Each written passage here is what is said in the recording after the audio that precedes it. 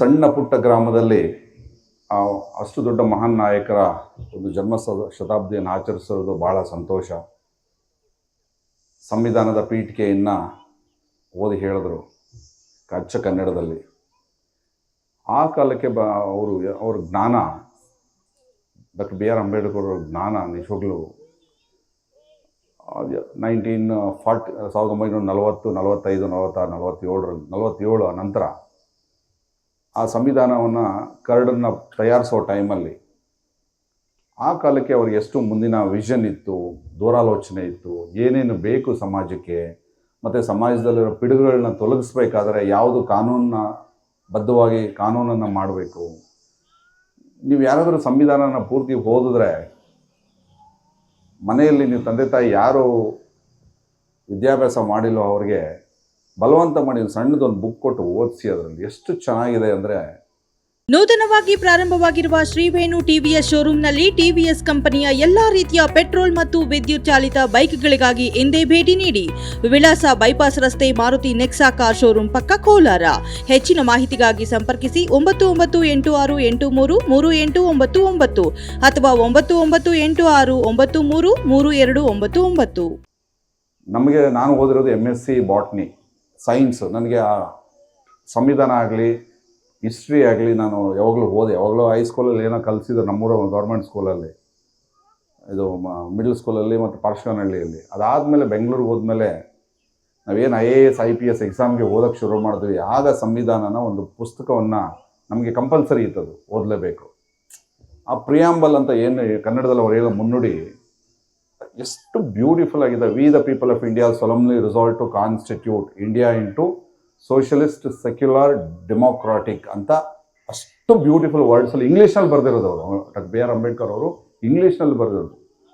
ಭಾರತದ ಪ್ರಜೆಗಳಾದ ನಾವು, we the people of India solemnly resolve ಅಂದರೆ ನಾವು ಮನಸ್ಪೂರ್ವಕವಾಗಿ ಪ್ರಮಾಣವನ್ನು ಮಾಡುತ್ತೇವೆ, ಈ ದಿನ ಸಂವಿಧಾನವನ್ನು ನಾವು ತಗೊಳ್ತೀವಿ. ಯಾವ ಥರ ಸಂವಿಧಾನ ಅಂದರೆ ಸೋಷಲಿಸ್ಟ್ ಸೆಕ್ಯುಲರ್ ಆ್ಯಂಡ್ ಡೆಮೋಕ್ರಾಟಿಕ್, ಧರ್ಮಾತೀತ, ಸಾಮಾಜಿಕ ನ್ಯಾಯ ಇರೋದು ಮತ್ತು ಪ್ರಜಾಪ್ರಭುತ್ವ ವ್ಯವಸ್ಥೆಯನ್ನು ಒಳಗೊಂಡಂಥ ಸಂವಿಧಾನವನ್ನು. ಸೊ ವಿ ಅಡಾಪ್ಟ್ ಅಂದರೆ ಈ ದಿನ ನವೆಂಬರ್ 26 ದಿನ ನಾವು ಅಡಾಪ್ಟ್ ಮಾಡ್ಕೊಳ್ತೀವಿ ಅಂತ ಆ ಪ್ರಿಯಾಂಬಲ್ ಹೇಳ್ತದೆ. ಅದನ್ನು ಮುಂದೆ ಓದ್ತಾ ಹೋದರೆ ಬೇರೆ ಬೇರೆ ಅಧ್ಯಾಯಗಳಿದಾವೆ, ಚಾಪ್ಟರ್ 1, ಚಾಪ್ಟರ್ 2, ಚಾಪ್ಟರ್ 3 ಅಂತ. ಸೊ ಫಂಡಮೆಂಟಲ್ ರೈಟ್ಸ್, ಮೂಲಭೂತ ಹಕ್ಕುಗಳು. ಆ ಮೂಲಭೂತ ಹಕ್ಕುಗಳಲ್ಲಿ 14 ಪರಿಚ್ಛೇದಾಂತರ ಆರ್ಟಿಕಲ್ ಅಂತ ಹೇಳ್ತಾರೆ. 14ರಿಂದ 32, 36ವರೆಗೂ ಒಂದೊಂದು ಸಬ್ಜೆಕ್ಟ್ಗೂ ಒಂದೊಂದು ಆರ್ಟಿಕಲ್ ಕೆಳಗಡೆ ಎಕ್ಸ್ಪ್ಲೈನ್ ಮಾಡಿದ್ದಾರೆ. Right to freedom of speech ಅಂತ ಹೇಳ್ತಾರೆ. ಆರ್ಟಿಕಲ್ 19ರಲ್ಲಿ ಫ್ರೀಡಮ್ ಆಫ್ ಸ್ಪೀಚ್ ಅಂದರೆ ವಾಕ್ ಸ್ವಾತಂತ್ರ್ಯವನ್ನು ಕೊಟ್ಟಿದ್ದಾರೆ ಅಂಬೇಡ್ಕರ್ ಅವರು. ಯಾವುದೇ ಒಬ್ಬ ವ್ಯಕ್ತಿ ಸಮಾಜದಲ್ಲಿ ಮುಕ್ತವಾಗಿ ಅವನ ಭಾವನೆಗಳನ್ನು, ಅವನ ಆಶಯಗಳನ್ನು ವ್ಯಕ್ತಪಡಿಸ್ಬೋದು. ಎಲ್ಲ ಬರೆದು ಲಾಸ್ಟಲ್ಲಿ ಒಂದು ವರ್ಡ್ ಹಾಕಿದ್ದಾರೆ. ಎಷ್ಟು ಬ್ಯೂಟಿಫುಲ್ ಇದೆ ವರ್ಡ್ ಅಂದರೆ, ಸಬ್ಜೆಕ್ಟೆಡ್ ಟು ರೀಸನಬಲ್ ರಿಸ್ಟ್ರಿಕ್ಷನ್ಸ್ ಅಂತ ಒಂದು ವರ್ಡ್ ಹಾಕ್ತಾರೆ. ಸಬ್ಜೆಕ್ಟೆಡ್ ಟು ರೀಸನಬಲ್ ರಿಸ್ಟ್ರಿಕ್ಷನ್ಸ್ ಅಂದರೆ ಏನಂದರೆ, ವಾಕ್ ಸ್ವಾತಂತ್ರ್ಯ ಕೊಟ್ಟಿದ್ದೀವಿ ನಾವು, ಆದರೆ ಅದು ಆಬ್ಸಲ್ಯೂಟ್ ಅಲ್ಲ, ಪೂರ್ತಿ ವಾಕ್ ಸ್ವಾತಂತ್ರ್ಯ ಅಲ್ಲ. ಎಲ್ಲರಿಗೂ ಕೊಟ್ಟಿದ್ದೀವಿ ನಾವು ಅಂದರೆ, ನಾವು ಮಾತಾಡೋ ಮಾತು ಇನ್ನೊಬ್ಬ ಮನುಷ್ಯನ ಧಾರ್ಮಿಕ ಭಾವನೆಗಳನ್ನು ಕೆರಳಿಸದೇ ಇರೋ ರೀತಿ ಮಾತಾಡಬೇಕು, ಇನ್ನೊಬ್ಬ ಮನುಷ್ಯನ ಮಾನ ಹಾನಿ ಆಗದೇ ರೀತಿ ಮಾತಾಡಬೇಕು. So subjected to reasonable restrictions ಅಂದರೆ ಕೆಲವು ನಿಬಂಧನೆಗಳ ಒಳಪಟ್ಟು ನಿಮಗೆ ನಾವು ವಾಕ್ ಸ್ವಾತಂತ್ರ್ಯವನ್ನು ನೀಡಿದ್ದೇವೆ ಅಂತ ಆರ್ಟಿಕಲ್ 19ರಲ್ಲಿ ಬರೀತಾರೆ. ನೋಡಿ, ಆ ಕಾಲಕ್ಕೆ ನಾವು ಪೂರ್ತಿ ಫ್ರೀಡಮ್ ಕೊಟ್ಬಿಟ್ಟು ಯಾರು ಬೇಕಾದ್ರೂ ಮೈಕ್ ತಗೊಂಡು ಮಾತಾಡ್ಬೋದು, ಯಾರು ಏನು ಬೇಕಾದ್ರೂ ಮಾತಾಡ್ಬೋದು. ಸೊ ಸಂವಿಧಾನ ಪೂರ್ತಿ ವಾಕ್ ಸ್ವಾತಂತ್ರ್ಯ ಕೊಟ್ಟಿಲ್ಲ. ಇವತ್ತು ಸೋಷಿಯಲ್ ಮೀಡಿಯಾದಲ್ಲಿ, ಸಾಮಾಜಿಕ ಜಾಲತಾಣದಲ್ಲಿ ಯಾರ ಬಗ್ಗೆ ಏನೇನೋ ಹಾಕ್ಕೊಂಡು ಬರೀತಾರೆ. ಅದೆಲ್ಲ actually violation of Indian constitution. ಸಂವಿಧಾನದ ಆಶಯಗಳಿಗೆ ವಿರುದ್ಧವಾಗಿ ಅದು. ಯಾರ ಬಗ್ಗೆನೂ ಆಗಲಿ, ಒಂದು ಧರ್ಮದವರು ಇನ್ನೊಂದು ಧರ್ಮದ ಬಗ್ಗೆ ಮಾತಾಡೋದಕ್ಕೆ ಎಲ್ಲೂ ಅಧಿಕಾರ ಕೊಟ್ಟಿಲ್ಲ ಸಂವಿಧಾನ. ವಾಕ್ ಸ್ವಾತಂತ್ರ್ಯ ಕೊಟ್ಟಿದ್ದರೂ ಕೂಡ ಕೆಲವು ಕಂಡೀಷನ್ಸ್ ಹಾಕಿದ್ದಾರೆ. ಅಂದರೆ ಆ ಕಾಲಕ್ಕೆ ಅವರು ಈ ರೀತಿ ಆಗಬಹುದು ಅಂತ ಮುಂದಾಲೋಚನೆ ಮಾಡಿ, so doctor B R Ambedkar ಅವರು ಸಂವಿಧಾನವನ್ನು ಭಾಳಷ್ಟು, ಈಗ ನಾನು ಏನು IPS ನಿಂತಿದ್ದೀನಿ, Indian police service, Indian administrative service, ಆ ಕಾಲಕ್ಕೆ ಅವರು ವಿಷನ್ ಮಾಡಿ ಅದಕ್ಕೆ ಒಂದು ಸಪ್ರೇಟ್ ಚಾಪ್ಟರ್ ಬರೆದಿದ್ದಾರೆ. ಆಲ್ ಇಂಡಿಯಾ ಸರ್ವಿಸಸ್ ಭಾರತೀಯ ನಾಗರಿಕ ಸೇವೆಗಳಂತ ಒಂದು ಇರಬೇಕು.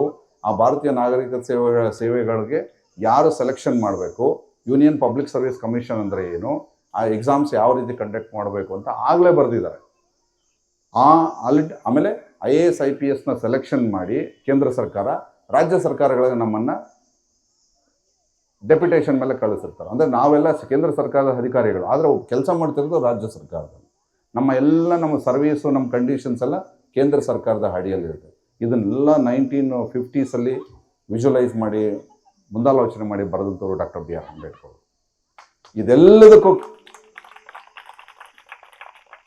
ಇದೆಲ್ಲದಕ್ಕೂ ಕಾರಣ ಏನು ಅಂತ ನೀವೆಲ್ಲ ಯೋಚನೆ ಮಾಡ್ಬೋದು. ಮಂಜು ಅವರು ಹೇಳ್ತಾ ಇದ್ರು, ವಿದ್ಯಾಭ್ಯಾಸಕ್ಕೆ ಭಾಳ ಒತ್ತು ಕೊಡ್ತಾರೆ, ಸಂಸ್ಥೆಗಳಿಗೆ ಭಾಳ ಒತ್ತು ಕೊಡ್ತಾರೆ ಅಂತ. ನಾನು ಒಂದು ಸಣ್ಣ ರೈತ ಕುಟುಂಬದಲ್ಲಿ ಹೊಲದಲ್ಲಿ ಆಲೂಗಡ್ಡೆ ಟೊಮೆಟೊ ಬೆಳ್ಕೊಂಡು ನೀರು ಕಟ್ಕೊಂಡು ಇದ್ದವರು.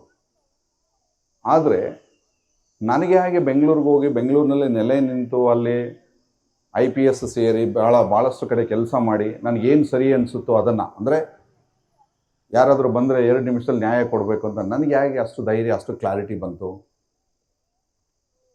ಇದಕ್ಕೆ ಕಾರಣ ನನಗೆ ನನ್ನ ಬಾಲ್ಯದಲ್ಲಿ ನನ್ನ ತಂದೆ ತಾಯಿ, ನನ್ನ ಚಿಕ್ಕಪ್ಪ ನೀಡಿದಂಥ ವಿದ್ಯಾಭ್ಯಾಸ.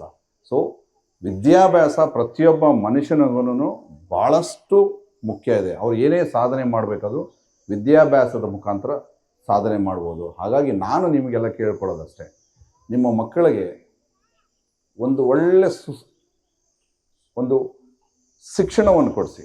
ಎಷ್ಟೇ ಕಷ್ಟ ಆಗ್ಬೋದು, ಆ ಶಿಕ್ಷಣವನ್ನು ಕೊಡಿಸಿ ಆ ಮಕ್ಕಳಿಗೆ ಸ್ವಲ್ಪ ಒಂದು ಶಿಸ್ತನ್ನು ತಂದರೆ ನಿಮ್ಮ ಮುಂದೆ ನಿಮ್ಮ ಮಕ್ಕಳು ಸಮಾಜದಲ್ಲಿ ಏನಾದರೂ ಸಾಧನೆ ಮಾಡಿ ನಿಂತು ನಿಮಗೆ ಸಮಾಜದಲ್ಲಿ ಮನ್ನಣೆ, ಗೌರವ ಸಿಗೋ ರೀತಿ ಮಕ್ಕಳು ಬೆಳೀತಾರೆ. ಹಾಗಾಗಿ ಡಾಕ್ಟರ್ BR ಅಂಬೇಡ್ಕರ್ ಅದನ್ನೇ ಹೇಳ್ಕೊಟ್ಟಿದ್ದು ಆ ಕಾಲದಲ್ಲಿ. ನೀವು ಫಸ್ಟು ನಿಮ್ಮ ಮಕ್ಕಳಿಗೆ ಶಿಕ್ಷಣವನ್ನು ನೀಡಿ, ಶಿಕ್ಷಣವನ್ನು ನೀಡಿದ್ರೆ ಏನು ಸಾಮಾಜಿಕ ಪಿಡುಗುಗಳಿದ್ದಾವೆ, ಸಾಮಾಜಿಕ ಸಮಸ್ಯೆಗಳಿದ್ದಾವೆ, ಆ ಸಮಸ್ಯೆಗಳು ತನ್ನ ಪಾಡಿಗೆ ತಾನೇ, ಬಡತನ ಇರ್ಬೋದು, ಅಸ್ಪೃಶ್ಯತೆ ಇರ್ಬೋದು, ಅವ ಹಾಗೆ ಮಾಯ ಆಗ್ತವೆ. ಕಷ್ಟ ಕಾರ್ಪಣ್ಯಗಳಿರ್ಬೋದು. ಕಾನೂನು ಗೊತ್ತಿದ್ರೆ ನಿಮ್ಗೆ ಯಾರು ಮಾತಾಡ್ಸೋದಿಲ್ಲ. ನಿಮ್ಗೆ ಯಾರಾದರೂ ಬಂದು ನಿಮ್ಗೆ ಏನೇನು ತೊಂದರೆ ಕೊಟ್ಟರೆ, ನಿಮಗೆ ಕಾನೂನು ಗೊತ್ತಿದ್ರೆ, ಯಾವುದು ಸರಿ ಅಂತ ತಪ್ಪು ಅಂತ ಗೊತ್ತಿದ್ರೆ ನೀವು ಪ್ರಶ್ನೆ ಮಾಡ್ಬೋದು ವಾಪಸ್ಸು. ನಿಮಗೆ ಕಾನೂನಿನ ಅರಿವೇ ಇಲ್ಲ, ನಿಮಗೆ ವಿದ್ಯಾಭ್ಯಾಸನೇ ಇಲ್ಲ ಅಂದರೆ ಏನೋ ಹೇಳಿದ್ರು ಕೂಡ ಅದನ್ನು ಕೇಳಿಕೊಂಡು ಭಯದಲ್ಲಿ ಬದುಕುವಂಥ ವಾತಾವರಣ ಬರುತ್ತೆ. ಸೊ ಹಾಗಾಗಿ ಇವತ್ತಿನ ಇಲ್ಲೇನು ನಿಮ್ಮ ಊರಿನವ್ರು ಹೆಳ್ಸಿಪುರದವ್ರು ಇದ್ರಿ, ನಿಮ್ಮ ಪ್ರಮಾಣ ಏನಿರಬೇಕಂದ್ರೆ ನಮ್ಮ ಮಕ್ಕಳಿಗೆ ನಾವು ಒಂದು ಒಳ್ಳೆ ವಿದ್ಯಾಭ್ಯಾಸ ಕೊಟ್ಟು ಮುಂದಿನ ದಿನಗಳಲ್ಲಿ ಅವರನ್ನು ಸತ್ಪ್ರಜೆಗಳಾಗಿ ಮಾಡಿ ಏನಾದರೂ ಸಾಧನೆ ಮಾಡೋಂಗೆ ಮಾಡ್ತೀವಿ ಅಂತ ಹೇಳ್ತೀರಿ ಅಂತ ನಾನೊಂದು ಭಾವನೆಯಿಂದ ಸೊ ಇಲ್ಲಿ ಕರೆದು ನನ್ನನ್ನು ನೋಡಿ, ಹೊಡಿತಾಯಿ ಚಪ್ಪಾಳೆ, ಓದಿಸ್ಬೇಕಮ್ಮ, ಮಕ್ಕಳು ಓದಿಸ್ಬೇಕು. ನಮ್ಮಮ್ಮಗೆ ಓದಕ್ಕೆ ಬರೆಯೋಕ್ಕೆ ಬರಲ್ಲ, 76 ವರ್ಷ, ಓದೋಕ್ಕೂ ಬರಲ್ಲ, ಬರೆಯೋಕ್ಕೂ ಬರಲ್ಲ. ನಾನೇನು ಕೆಲಸ ಮಾಡ್ತಾಯಿದ್ದೀನಿ ಅಂತ ಹೇಳೋಕ್ಕೂ ಬರಲ್ಲ. ಆದರೆ ಭಾಳ ಖುಷಿ, ಭಾಳ ಪ್ರೌಡು. ಸೊ ಏನಕ್ಕೆ ಅವ್ರಿಗೆ ಅಷ್ಟು ಖುಷಿ ಆಗ್ತದೆ, ನಮ್ಮ ಮಗ ಏನೋ ಮಾಡಿ ಸಾಧನೆ ಮಾಡಿದ್ದಾನೆ. ಅವರು ನೀರು ಕಟ್ಟಿ, ಆಲೂಗಡ್ಡೆ ರಾಶಿ ಹಾಕಿ, ಮೂಟೆಗಳಿಗೆ ತುಂಬಿ, ಟೊಮೊಟೊ ಬಿಡಿಸಿ, ಟೊಮೊಟೊ ಬಾಕ್ಸ್ಗಳಿಗೆ ಹಾಕಿ ಅವ್ರಿಗೆ ಕಷ್ಟಪಟ್ಟು ಓದಿಸಿದ್ದಾರೆ. ಇವತ್ತು ಅವ್ರಿಗೆ ಏನೋ ಒಂದು ಸಮಾಧಾನ, ನನ್ನ ಮಗ IPS ಆಗಿದ್ದಾನೆ, ಕೆಲಸ ಮಾಡ್ತಾ ಇದ್ದಾನೆ, ಒಂದು 4 ಜನಕ್ಕೆ ಏನೋ ಸಹಾಯ ಮಾಡೋ ಸ್ಥಿತಿಯಲ್ಲಿ ಇದ್ದಾನೆ ಅಂತ. ಸೊ ಆ ರೀತಿ ನೀವು ಮಕ್ಕಳನ್ನ ಬೆಳೆಸಿದ್ರೆ ಭಾಳ ಸಂತೋಷ ಆಗುತ್ತೆ.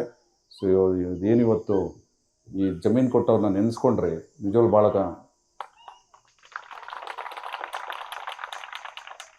ಸಮಾಜ ಭಾಳಷ್ಟು ಸಂದರ್ಭದಲ್ಲಿ ನಾವು ನೋಡೋದು ಕೃತಜ್ಞತೆ ಇಲ್ದಿರೋ ಒಂದು ಘಟನೆಗಳನ್ನ ನಾವು ನೋಡ್ತೀವಿ. ಇಂಗ್ಲೀಷಲ್ಲಿ ಗ್ರ್ಯಾಟಿಟ್ಯೂಡ್ಲೆಸ್ ಅಂತಾರೆ. ಮಾಡಿದ ಸಹಾಯನ ನೆನೆಸ್ಕೊಳ್ಳೋದು ಕೆಲವು ಜನ, ಆದರೆ ಮಾಡಿದ ಸಹಾಯನ ನೆನೆಸ್ಕೊಳ್ಳೋದು ಮಾನವ ಧರ್ಮದ ಮೊದಲನೆಯದು ಗುಣ. ಅದು ಅಂಥದ್ದು ಈ ಜಮೀನು ಕೊಟ್ಟವ್ರನ್ನ ಈ ವೇದಿಕೆ ಮೇಲೆ ನೆನೆಸ್ಕೊಂಡಿದ್ದೀರಿ ಮಂಜು ಅವರೇ. ನಿಮ್ಮೆಲ್ರಿಗೂ ಒಳ್ಳೆಯದಾಗಲಿ ಅಂತ ಹೇಳ್ತಾ ನಾನು ಮಾತು ಮುಗಿಸ್ತೀನಿ. ಜೈ ಹಿಂದ್.